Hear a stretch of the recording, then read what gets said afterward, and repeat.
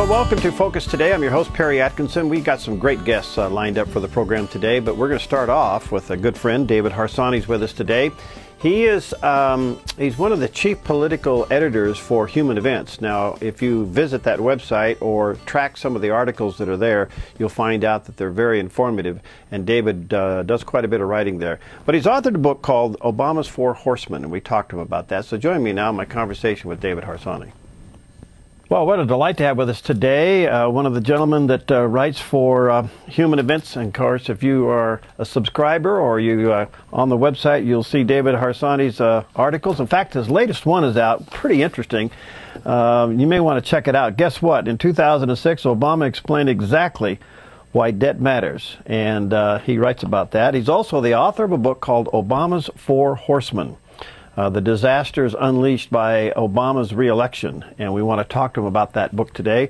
There's a copy up there on the screen, and let me encourage you to check it out at Barnes & Noble and online at Amazon. David, nice to have you with us. How you doing, my friend? I'm well. Thank you for having me. You bet.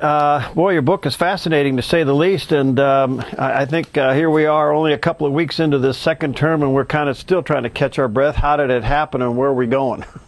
What's your thoughts? Yeah, well, I'm catching my breath, but you know, it's the plan. I think Obama likes to really throw a lot of things at Republicans and a lot of things at Americans, a lot of populist talk and some policy occasionally. And I think, as I write in my book, we're all going to end up paying a pretty steep price for that in the future. Well, on somewhat of a side note, do you think that he personally is this smart, or is he representing a group of people who have a socialistic agenda that we just can't live with? Well, I actually think he's pretty smart. I don't know if he's as politically savvy as people think, because he does make a lot of mistakes, but they don't seem to hurt him. So I think, just generally speaking, though, he's not a dumb man, clearly. And the socialistic agenda is just, he came at the right time in history, and now, you know, those policies that those populist policies that he talks about, the American people seem to like them, or at least over 50% of the American people seem to like them, and they're working for him. And he's put the Republicans in a bad spot. And frankly, Republicans are pretty weak. They don't have very good leadership or charismatic leaders to counter those arguments, and that's why we're left in what is sort of a corroded democracy in a way. All right, you have named the four horsemen as dependency, debt, surrender, and death. Boy, I don't like the last one. Well, it always ends that way, unfortunately, for everyone. Yeah. That's inevitable. Do you think he is in somewhat of a high throttle mode the first 2 years of his second term, facing the 14 election? I mean, if he's going to do damage, it's now pedal to the metal these next 2 years? He might want to, but it's going to be difficult. I think, frankly, I think most of the big agenda items, especially Obamacare, wouldn't have been possible now, and certainly even in the second part of his first term. Now, if Democrats win back the House in 2014, I think that then you're looking at something that's really going to be remarkable in a very terrible way. And obviously, they're the Supreme Court justices. If God forbid one passes away, or if they retire, you're going to have one more judge, and that's going to essentially open it up for him to do nearly anything he wants, because the Supreme Court hasn't been much help at all. As it is, one more liberal judge, it won't be at all. We've been watching the House fight the dependency issue, at least a little bit. I am somewhat disappointed, and leadership isn't pushing back harder, but they are pushing back a little bit, and now it looks like in the Budget Committee they may come up with a budget that does not include Obamacare. What does that mean?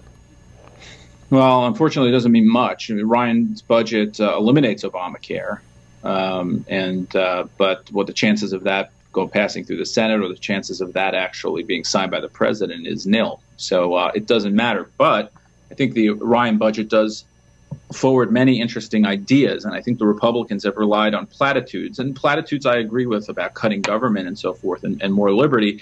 But I think that they need to have reform ideas that they can champion. And I think that block granting Medicaid, having a private option in Medicare, these things, I'm not saying they're all very popular right now, but it gives Republicans ideas that they can take to the American people and say, here's what we want to do, and argue for them and try to convince people that they're right, at least. Your second horseman, debt. This president has just unleashed debt on this country at a rate that we just cannot even begin to comprehend. Is this any way salvageable? No, not really. I mean, I think that we will have a debt bomb go off in some way. I don't exactly know what it'll look like. I mean, we always talk about $16 trillion in debt, but really the debt, and if you start thinking about the unfunded liabilities, is more like 50 trillion or whatever the number is. It's a huge number. Once interest rates start going up, servicing that debt is going to take a huge part of our budget. So it's crazy to think that it's going to get any better. In fact, the president, I think yesterday, said that he didn't think debt was a problem at all.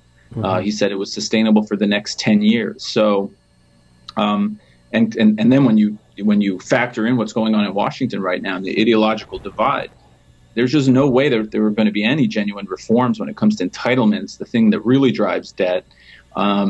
So I don't see how anyone could think that we're going to solve that problem until it becomes so big that we have to make real cuts. And think about the sequester. I mean, people treated it like a national trauma, and it wasn't even really a cut. What's going to happen when you really have to cut things that people depend on? Unfortunately, you've expanded dependency at the same time, so those two things will not mix well in the future.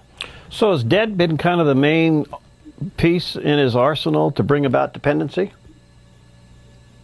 No, I think to him debt is irrelevant, really. I think that he has programs in mind and he wants to do certain things. He wants to pass these social engineering projects, and he wants to hand out goodies to people to win elections. And because he thinks that that's the way, the economy can grow and things are fairer and all the stuff he says. And I think dependency is something that he's focused on because he believes it's a more moral country if we're more dependent. I think the opposite. I think dependency strips you of your initiative and self-worth, but he thinks the opposite.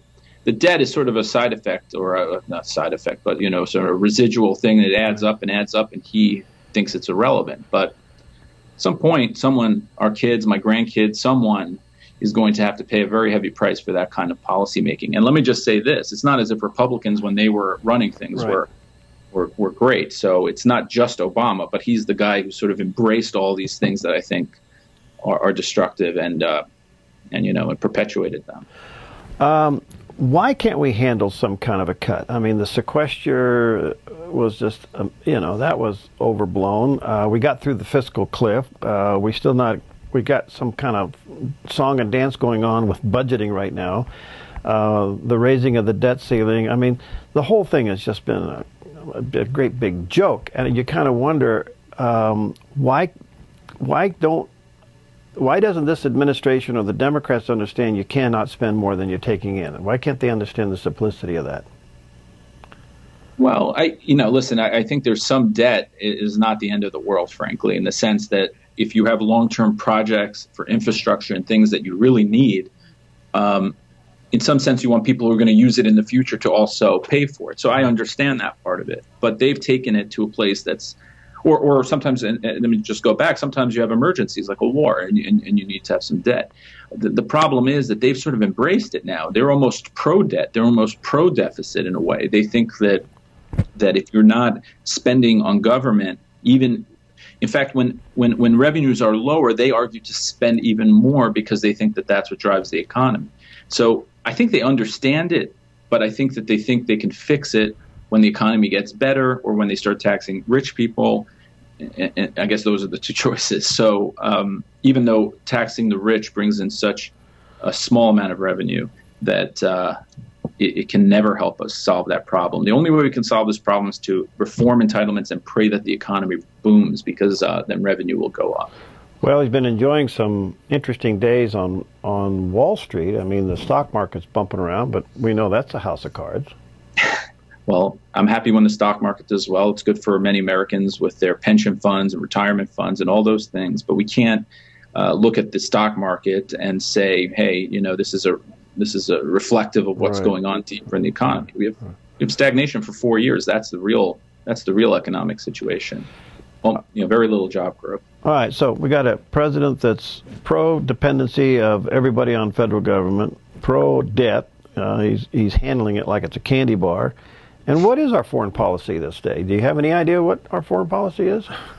No, I mean, I don't. And that's what I write about. I think that our foreign policy has been to treat America as if we were equal to everyone else, to shy away from believing in exceptionalism. And I don't argue in a neoconservative way that we have to go, bomb someone, though, as you know, some people probably deserve it. But I argue that we have to stand for something. If we don't stand for anything and we don't care about what's best for us in the world, then we're going to be in trouble. And I think if you look to North Africa, we're going to have a lot of trouble there. We've allowed democracies to form that are now basically turning into Islamic states, because democracy is simply a reflection of the morality and the belief system of the people who vote. And the people who vote there, many of them, their belief system is antithetical to the things that we believe in, and that's bad news for us in the long term. Can we afford to turn our back on Israel like he's doing it? We can afford it, but in the long run, I think it's bad news. This is a nation that shares many of our values, and that's important, especially in a region like that. Mm-hmm. It's also a country that is sometimes our lone ally in the world, or used to be before Obama became president. So we shouldn't do it for moral reasons, because they're the good guys, but also for legitimate, real, tangible foreign policy reasons. We shouldn't do it because Iran's going to have a nuclear weapon, and there will be a war in the Middle East because Israel cannot allow that to happen. It's a red line, as they say, and there's just no way around that I can see. And your last one, death. I mean, I've never seen a president so pro-death. I mean, his battle against the pro-life community and people of faith has just been unbelievable, and yet he turns around and calls himself a Christian. I mean, it just doesn't add up. But we're seeing this agenda being shoved down our throat. Where is this going, David? I don't know. It's a nihilistic worldview, in my opinion, that treats life this way. And I'm coming to you from a secular point of view here, in the sense that I'm just saying there's a rational argument for life. There's a scientific argument for life, and that's all been stripped away in a very cynical way, mm-hmm. and where we now use abortion as some kind of political hammer, in the sense that we say, if you're not on our side, if you're not pro-choice, and incidentally pro-choice in every direction, in the sense that late-term abortion, he's for it. He's never been against any sort of abortion. Then you hate women. Then you're warring against women. And then you make it a right that's even more important than the First Amendment. And you want and then you demand that other people pay for your right to do something that they find immoral. And even if I didn't find it immoral, I wouldn't want to pay for it. So I shouldn't have to pay for other people's abortion. And there are demographic reasons why this is bad for us, but also I think that the pro-life movement's made a lot of headway in very strong arguments, and now I feel like that's going to turn back in a bad direction. Well, you have nailed it. The Four Horsemen: dependency, debt, surrender, and death. It's called the Obama's Four Horsemen: the disaster unleashed by Obama's re-election. David Harsanyi there. You can check it out. It's on the screen. And check it out at Barnes & Noble or online at Amazon.com. And, of course, be sure to be a subscriber to Human Events. You're going to see David's writings in there in his latest one. I'm out of time now, but I do want to get back to you on that last article you wrote. But let's stay in touch, because I really appreciate and the value of your contribution to the arguments out there. Thank you, David. I appreciate that very much. Thanks for having me. All right. Fascinating gentleman, to say the least. All right, coming up, just what's going on up in Salem during the budget process? Well, we are delighted to have with us Colonel Dotterrer is going to be with us. We're going to Skype him in from the Capitol here in just a few moments. Hi, I'm Paulina, and I work at theDove TV. Did you know that when you support theDove TV, you have a profound impact, not only in our community, but around the world? It's your continued support that takes the inspiration and hope in the programs we produce and makes them available to the thousands of people who are watching these videos online every week. Help bring encouragement and hope to our valley and beyond by making a secure online donation today at our website, thedove.us.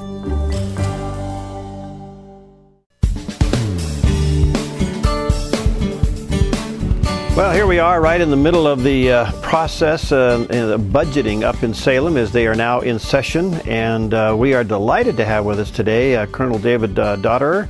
He has been appointed now kind of the House and the Senate budget coordinator. So, Dave, that's quite an assignment for you. Well, it is. But let me also say it's just for the Republican side. I have not been invited to very many Democratic caucus meetings. I would imagine that, and I needed to emphasize that you're the coordinator, the Republican coordinator for the House and the Senate budget. That's correct. All right. Well, nice to have you with us. How's the experience? How are you liking this job? I'm loving it. I mean, it's really a lot of fun in a different sort of way. Some people would say it probably isn't fun, but it's actually I do enjoy sitting down and trying to think through where we ought to be going with the budget, what that means, and also taking a look at the more strategic, long-term thinking about where the state needs to go and how you use your resources to get yourself there. All right. We're not very good at that, Barry. You know, the other thing is, prior to that, you've been working with Representative Richardson, who's kind of been the budget hawk, especially during the last session. I'm sure you gained a lot of experience by being alongside Dennis. Oh, yes, absolutely. And now I'm working just as much with Dennis, but I'm also working a little more with folks like Senator Doug Whitsitt, who, on the Senate Republican side really is the Dennis Richardson of that side. And so there's even more continuity between the two caucuses on how we do this. Well, things are different. You don't have the joint chairmanship that you had in the last session on the House. The Democrats are clearly in control now, the House and the Senate. How has that affected your ability to get some kind of movement? Well, it's interesting. What you see is, of course, as part of the process, is at the beginning of the legislative session, you have the Joint Committee on Ways and Means, which is your budget committee, and because the Democrats are in charge, the two co-chairs from the House and the Senate are both Democrats. In the last session, you had co-chairs on the House side, and Dennis was one of those. So there was all this talk at the beginning about, that worked out very, very well in this bipartisanship, and we need to do this. So last week, the co-chairs, the Democratic co-chairs, put out their co-chairs budget. And I can assure you, they never spoke with Dennis about it, never asked the Republicans for our input, our opinions on it. And so Dennis and I sat down and said, okay, we have a couple of choices. We can play the loyal opposition and take their budget and look at it and say, this is what, snipe at it, if you will, and critique it and all those kinds of things. Or we can sit down and write our own budget. And that's what we did. We wrote a Republican leadership budget that allows somebody to say, okay, here's the two philosophies, here's the two different views of how you would handle a budget, put them side by side, and you can compare them. Wow, what a process. Now, you have been able to see the philosophical background between a Democratic proposed budget and a Republican proposed budget. Are you sleeping at night? Yeah, I am. You have to. The good Lord gives you time to go to bed, and you need to use that. Yeah. This doesn't mean that I don't worry about it, and I don't look at it and say, these are two different worldviews of how you view the resources that the people of Oregon send to Salem. I mean, before we get too wonky about the numbers here, we need to recognize that the people of Oregon send a lot of money to Salem and ask their government to do certain things that only government can do, and it's part of holding the fabric of society together. Government plays an important role in that. That's the family and the church, and our Rotary clubs and Kiwanis Club. But there's certain things that the government needs to do, right, and only the government can do. So you need to put your money there. Well, that's where the difference of philosophy starts to break down. All right, so let's take a look at this philosophy. How would you summarize it? I mean, it appears that the Democrats want to spend money we don't have. I mean, that's the appearance, and I'm just wondering philosophically what's behind that. Well, what if you take a view of government that says that there's lots of things out there that need to be done, whether they're a function of government or not, is irrelevant, but they just need to get done, and they don't seem like they're getting done properly, you can create a list of government responsibilities and things you need to fund that goes on forever. And that's what the Democratic budget essentially does. It just says, look, there's lots of things that need to get done, and so we'll add them all up, and here's where you end up. And guess what? When you add them all up, you don't have enough money. Well, the people of Oregon need to recognize that this idea that there's some kind of a budget cut is absolutely false. We have, in this budget, $1.7 billion more to spend than we did in the last budget. Wow. That's almost an 11% increase. Now, anybody in their right mind would say, an 11% increase in your budget, I didn't get that 11% increase in my paycheck, so why can't you guys live within your budget? And the answer is, well, because we just keep coming up with lots of things to do that go beyond what we would say, provide for security. Okay, look, police and potholes. All these things that need to be done, those are legitimate things. So those are two different philosophies right there. So where's the money going to come from? Obviously we got to raise the revenue somehow. Well, their plan is they put in a tax increase. Right. They get to the end of their budget, and they tally up how much they want to spend, and call that what they need to spend. Well, that's not what they need to spend; it's what they want to spend. And guess what? There's not enough money. Right. Even though you got 1.7, even though you got an 11% increase, you need another $275 million in taxes. And of course, they're going to say, well, what we're really doing is closing tax loopholes. But the simple fact of the matter is you're pulling money out of Oregonians' pockets. Now, you may pick on certain Oregonians that you don't maybe like the rich. That's part of the argument. But the simple fact of the matter is you're pulling money out of the economy. David, so a couple quick questions. Where's PERS in all this? I know it's back on the table, and that's another very sensitive issue. How does that play into the discussion? Well, here's the issue. When I sat down and worked with Dennis on putting this budget together, one of the great things that I had a freedom of action on was, when looking at this, was the Oregon School Boards Association and the Republicans have put forward a Senate bill that more than doubles the savings in PERS that the governor has recommended. It's a large amount of money. And when you do that, you'd be amazed at how much less money an agency needs, because all of a sudden you've saved them a bunch of money on PERS, and therefore you don't need to increase their budget so much. We increase everybody's budget with a couple exceptions, but we just don't increase it as much. Mm-hmm. So PERS is huge, and the Democratic number is the proposal is that ours would save somewhere between 1.8 and $2 billion in the next budget cycle overall. And theirs is, they're saying, 800 million. But, Perry, here's the problem. Half of their savings comes from taking an increase that would normally happen in the next budget and kicking it into the 15-17 budget. They're just paying down the road. Yeah. You're going to pay the money, but okay, we won't pay it in the next budget. So we're actually saving money. No, you're not saving money. You're just kicking it into the next budget that's going to come due.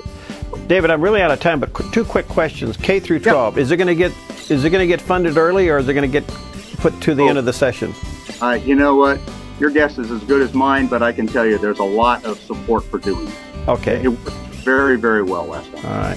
Hey, our prayers are with you. Thanks for what you do. Thanks for your volunteer service up there and their appointment to take on that task. And let's get an update again real soon. Okay, David? Okay, we will. All right, God bless you. Talk to you soon. We'll be right back. Hi, I'm Daniel and I work at theDove TV. Compared to Portland, Seattle, and LA, Medford might be considered a small market, but at theDove, we're excited about the opportunity to make a big impact right here in our community. And you help make that happen. Did you know that more than 90% of our income comes from people like you? You can help us now by making a secure online donation at our website, thedove.us, or by phoning 541-776-5368.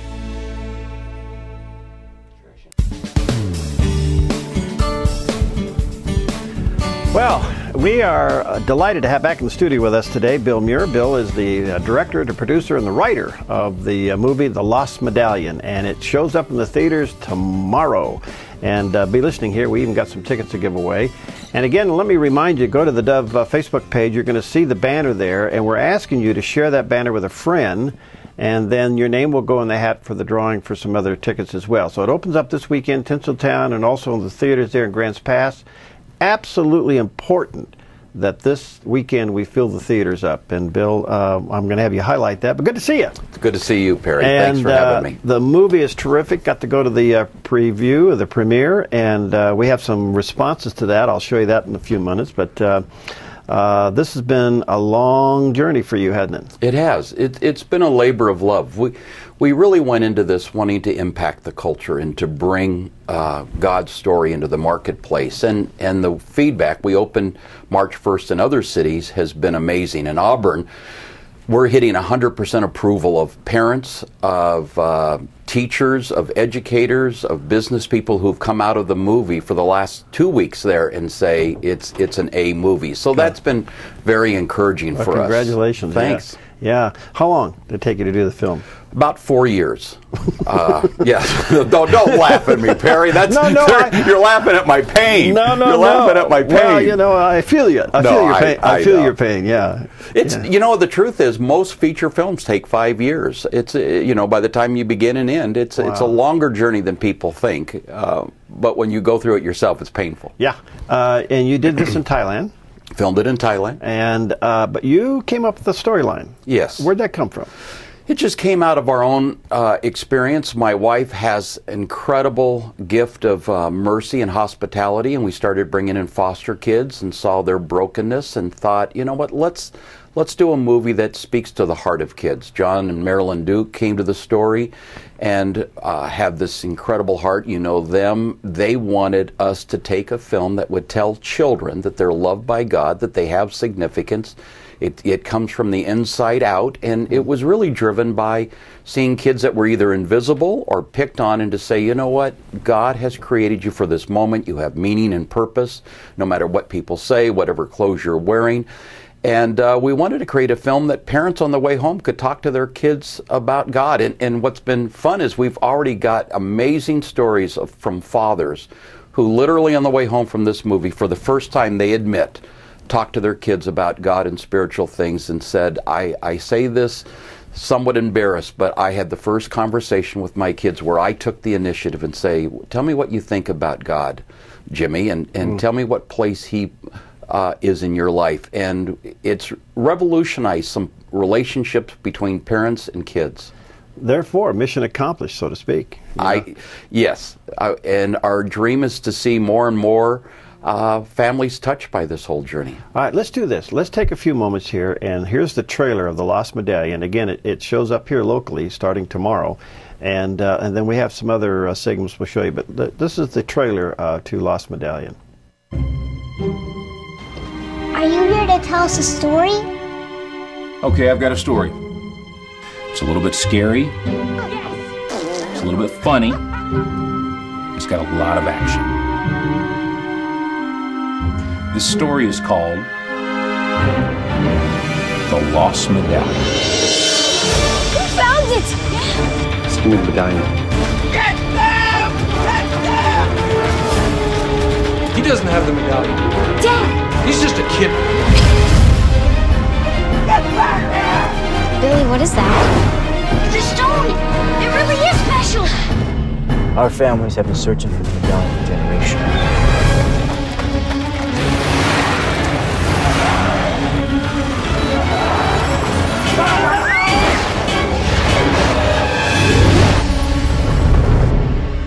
Where are we? Nowhere. When? You have something I want. Let her go! First, the medallion. Jump! Now, you are truly invincible, my lord. So now what do we do, Billy? We go to Cobra's Island. We need your help. Now's the time for a tiger's courage. Why won't the medallion work for me? It was never about Medallion. With his heart, you will gain the world. He's my enemy. Can't give up. We can't give up. I told you, just a wish is bad. Sometimes what you are seeking is already inside of you. Who are you to challenge me? I'm nothing but a worm.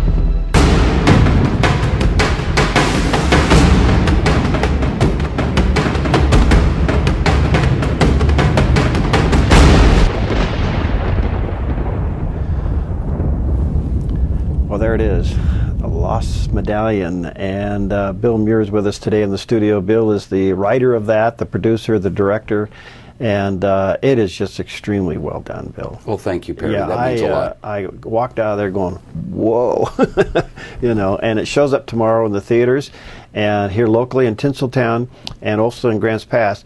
Now, it's critical we show up this weekend.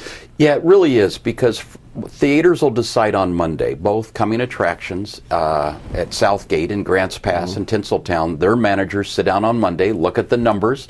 If we're in the top 50%, we stay on for another week. If we're in the bottom 50, and so they only look at Friday, Saturday, and Sunday's numbers. And so if we don't get out Friday, Saturday, and Sunday, on Monday they make their call. Even if everybody went Monday, Tuesday, Wednesday, Thursday, it's already too late. So. Yeah.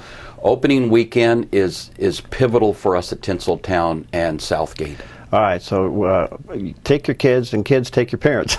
Yeah. And go see this. How did you go from evangelist to movie writer to screenplay writer? Oh, that's a great question, Perry.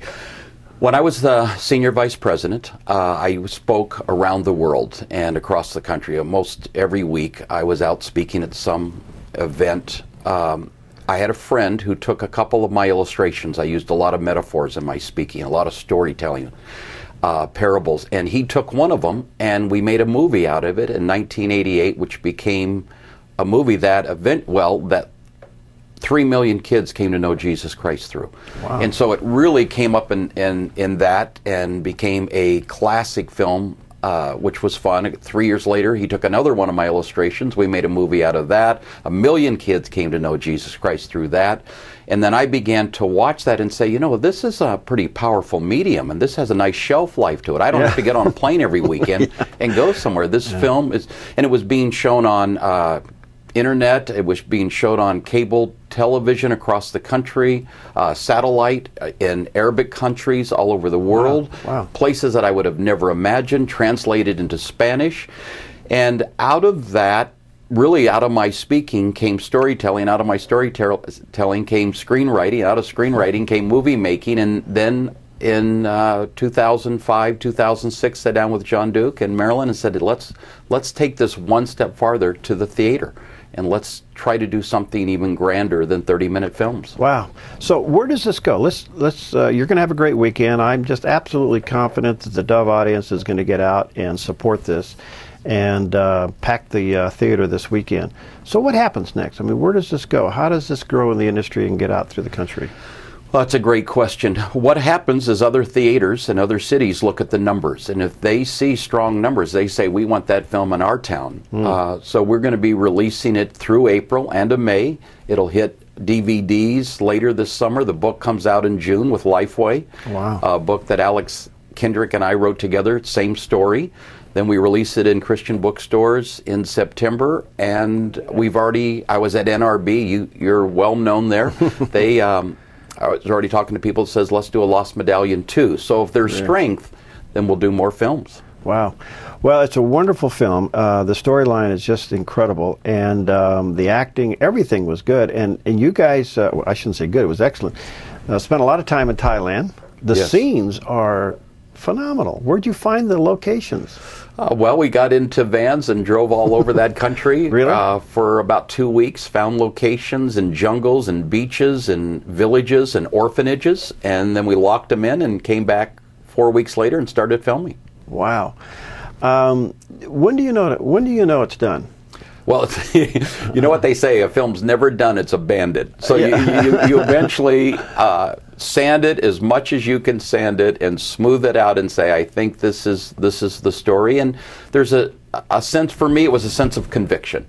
I felt that we told the story well.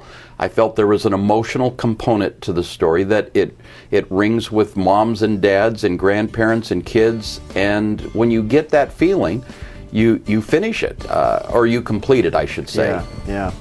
Well, we went to the premiere here in Medford several weeks ago, and quite a few people showed up. Several hundred people showed up and watched it. Our own Steve Johnson got some comments after that, and we'll share those with you when we come back. Hi, I'm Paula, and I work at theDove TV. Every day we get letters and emails from people who've been encouraged, blessed, and challenged by the programs on theDove TV. But we couldn't do it without you. Did you know that more than 90% of our income comes from people like you? You can help us continue to bring inspiration and hope to our community by making a secure online donation at our website, thedove.us, or call us at 541-776-5368. Bill Muir is with us today. He's the writer, the screenplay writer. He's the producer. He's the director. He's the water boy. He's the cameraman. The janitor. The janitor. He's an evangelist. He does it all. And he's the guy behind the movie The Lost Medallion, which will be here in Southern Oregon this coming Friday, tomorrow. And it'll be in Tinseltown and theaters there in Grants Pass. It's very, very important. The next 3 days we get out and support this film. Both Bill and those behind the film live right here in Southern Oregon, so it's kind of a homegrown product that's going to fan out across the country and minister to families and young people. It's got a great storyline, a great theme to it, and you designed it for, I think you say kids 5 and up? Yes, sir. Okay. And I'm telling kids 5 and up, drag your parents. Please.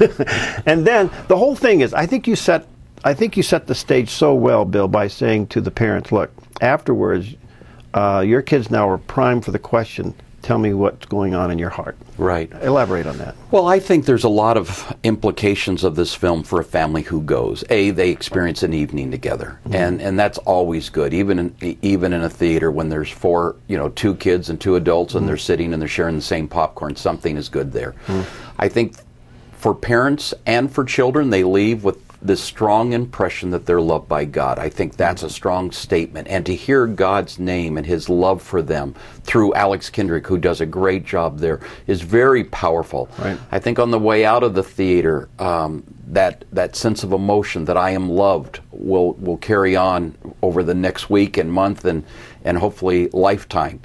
On the way home from the theater, in the car, it's our dream that parents will take their kids in a conversation that directs them toward God and to Jesus Christ and their own faith story and their kids' faith story.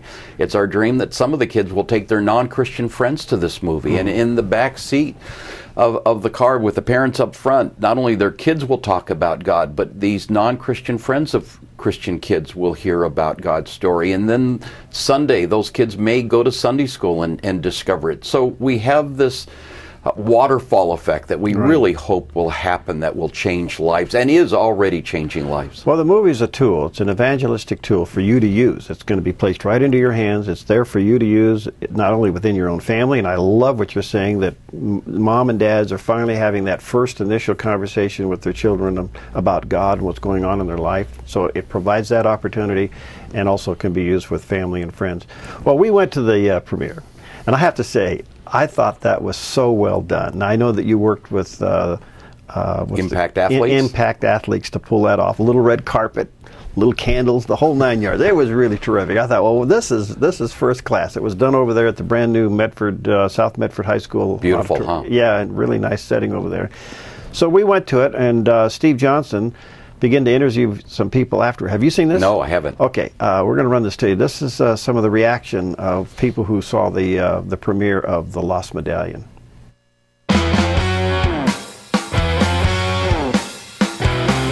Hollywood is normally the location for movie premieres, but in this case, Medford was home to the opening of the new film, The Lost Medallion. We found it! Opening in Medford on March 15th, The Lost Medallion is designed to be a family-friendly movie, according to director and producer Bill Muir, who attended the red carpet showing in Southern Oregon, along with a special premiere audience. I thought it was great. I thought it had a great message for not only kids but adults alike. It was a wonderful family film, and that's what we look forward to every year, is something that the kids can enjoy in the theaters and the whole family can. It's nice to see a film that has a good message and is friendly for every age. It's about a boy on a quest to find a lost medallion, thinking that if he finds that medallion, it'll bring him importance, and in the end he discovers what was important was inside of himself. I lost my father over it. So did I. You just stop it, okay? Just stop it! This is a king. Let her go. First the medallion. While the production value of the film is high, Bill Muir says it was surprising what they could do to achieve their goal with limited funding. Well, in Hollywood terms, it's a low budget movie. In Christian faith films and God-affirming films, it would be considered, probably would be considered a high budget movie. Oh, I thought it was great. Me too. It was an A-level film. It was very impressive, and I'm glad I brought my son here tonight. I thought it was really good. It had a great story. The acting was good. Bill Muir adds this should be a good movie for young moviegoers who are between 6 and 14 years old who bring along their parents and grandparents. If a family goes, everybody will enjoy it. Grandparents love it. Parents love it. They're all touched by the ending. It really entertains everybody. It's a little too aggressive, a little too many fights for children under 5, so I'd leave kids up to 5 with the babysitter, and kids 6 and up to 86 would love the movie. The Lost Medallion is a film especially for those parents who might not otherwise go to the theater because of the content in some movies they may not want their kids to see. Well, that's not a problem they'll be faced with when they watch this movie. What we attempted to do with this movie is to create a movie that had kind of an Indiana Jones feel. Anybody can go and will enjoy this movie. We've tested it with all the markets. But for people of faith, it has a very deep theme at the end where Alex Kendrick of Courageous and Fireproof tells the kids in the foster home how much they're loved by God. And it's our dream that on the way home from that conversation in the movie, that parents will have a conversation with their kids about how God demonstrates that love in Jesus Christ. Now, we don't go that far in the movie because it's really designed to appeal to everybody. But we've left it as a springboard so that parents can talk to their kids or take their kids to church and talk to them specifically about Jesus Christ and his death for them. The Lost Medallion, showing at Medford's Tinseltown Theater beginning March 15th. And also in Grants Pass. That all starts tomorrow. There you go. So great piece. I want to take your team with me, Perry. That's good. Well, that's Steve. That's Steve what he does did best. A great job. We just, as we were showing that, just to let you know, it's bouncing around on Facebook. I think we told you we had several thousand people take the banner and share it with somebody, and their name's going in the hat for a drawing. Karen just wrote in while we were watching that. She just wrote in and said, went to the premiere of this movie 3 weeks ago. It's one of the best movies for children that I have ever seen in a long time. Take your children 5 years and older and their friends, your neighbors, kids as well. You will not be disappointed. So there you go. That's a great. That's just a few seconds ago. That's great. So good to hear. It opens up tomorrow. We're pretty excited about that at Tinseltown, and again in Grants Pass. And it's so important. This is the weekend. So don't wait till Monday, Tuesday, Wednesday. No, we got to do it today. Our Friday, Saturday, and Sunday. Go see the movie and take your family and friends, because if we make the impact there, then it stays around for a while. Yeah, and there's a lot of people that are involved in faith films that are really counting on us, because if this does well, then there'll be more faith films coming. And there's going to be a pretty good crowd of films coming out over the next 24 months if the faith community continues to support this kind of film, because Hollywood studios, theater managers really note this kind of stuff, and we can bring more and more good films to the theater by attending this one and others. Okay. What's in your head? What's next there, Daddy? Oh, that's boy. I was thinking on the way here. I've got. No, don't do that. It costs money. I know, it's painful. It's painful. Yeah. One is to do. I've already been approached to do Lost Medallion 2. That's a possibility. But I have an adult film for adults called Next Door of a man who moves into a neighborhood to renovate a house, and in so doing renovates the lives of 5 families around that house. Wow. It may be what God's calling me to do on the next movie. We'll see. Okay, are you writing that? Started, yes. Are you? Yeah. Yes, I like to get in your brain and have lunch in there. Well, listen, I also want to say to our viewers and listeners, we have 2 pairs of tickets. 2 pairs of tickets we're going to give them away right now to callers 14 and 15. So if you're listening or watching, callers 14 and 15 will get 2 pairs of tickets. So you can go and take some folks with you. And the phone number is 776-5368, 776-5368. And if you're watching along the coastline and listening along the coastline or down in Northern California over in Klamath Falls, toll free at 1-800-373-5368. You can get the tickets, come on over to Medford, have a hamburger, and go to the movie. Okay? So who knows? Callers 14 and 15. Well, Bill, this is very exciting. Congratulations. I know that it's been a long ride for you, but this is where we're going to go. This is where we're going to win the culture. I am absolutely convinced that media is the missionary tool of our day. I agree, Perry. You know, whether it's social media, movies, television, radio, this is where we're going to reach the culture. And it's where we're fighting the culture. It really is. You know, I was telling somebody the other day, a principle that I use is information is taught, attitudes are caught, values are bought. And what we're missing is that children are capturing their attitudes by what they see. And we're losing that war. And if we can bring positive messages and positive characters and positive heroes, then hopefully they'll want to be those kind of people rather than the Kardashians and other characters that model anger, aggressiveness. I think media will influence and continue to make our culture go negative or go positive. So I think you're exactly right. Well, this is so important. Not only is it a great film for you to use right now and to enjoy with your family and friends, but we need to keep this ball rolling, because once this door is open and that industry begins to see, and I'm so glad to see Christians get back into the arts and take it at all levels of the arts, because I really think that's where we need to be. Yeah, and because part of the art runs deeper in our soul than just words, and so the arts have always struck the soul, and even parents who have kids that are deeply in love with God and Jesus can go to this movie. All the conversations we have when we affirm God in the present tense, no matter how faithful our kid is, the more they hear of us talking about God and Jesus Christ in everyday life, the deeper that runs in their soul. You know, the other thing I really appreciate about this movie, and we only got about a minute left, was the characters that you use, the age, that bracket, is so influential of what's going on in their heart and their lives. They're right in that, pre-adolescence, everything's a big emotional roar, and you went right to their soul right there with that message. Yeah, and I think they're the most vulnerable. I think kids that are 10 to 14, 15 are making life decisions without even knowing it about how they're going to act on a date and what kind of student they're going to be, and they're forming deep themes. And it was our hope, our dream, that we could influence those kids and say there's a better way to live life. Well, it opens tomorrow and at Tinseltown and Medford and the theaters in Grants Pass. It's very important that we go out this weekend and support the Lost Medallion. So take family and friends, take neighbor kids, go see it. Make it an evening where you can share the gospel on your way to an ice cream cone when it's all over. Thanks, Bill, and congratulations. Well, Perry, thanks for all you're doing on this station. We love it. All right, see you next time. Hi, I'm Jim, and I work at theDove TV. Every weekday between 6 and 8 a.m., our award-winning news and sports team bring you the best morning show around. It's live, it's honest, and it's a whole lot of fun. And you help make it happen. Did you know that more than 90% of our income comes from people like you? You can help us continue to air local programs that share your voice by making a secure online donation at our website, thedove.us.